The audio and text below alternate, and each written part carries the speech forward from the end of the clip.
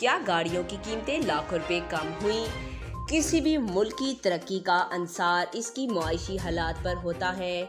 चौंका डॉलर से मुंसलिक हर चीज की कीमत में कमी वाक़या हुई है, लिहाजा अवाम की नजरें भी अब ऑटो इंडस्ट्री की जानिब लगी हुई हैं।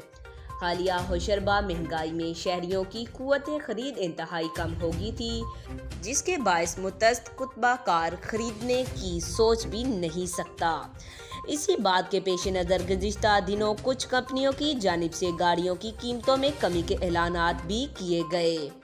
कंपनियों के ऐलानात में कितनी सदाकत थी या वो कौन सी गाड़ियां हैं जिनकी कीमतों में कमी का कहा गया? ऑटोमोबाइल एक्सपर्ट सुनील सरफराज ने ARY न्यूज़ के प्रोग्राम बाखबर सवेरा में हकीकत बयान करते हुए सूरत हाल पर तफसीली रोशनी डाली। उन्होंने बताया कि ऐसा कुछ नहीं है कि किसी गाड़ी की कोई कीमत कम हुई हो, अलबत्ता डॉलर की कीमत 275 होने के बाद लोगों की जेब गाड़ी खरीदने की इजाज़त नहीं दे रही थी और अब भी यही हाल है। सुनील सरफराज का कहना था कि फिलहाल गाड़ियों की कीमतें बिल्कुल भी कम नहीं होंगी, क्योंकि गाड़ियों की कीमतें बढ़ी ही नहीं हैं।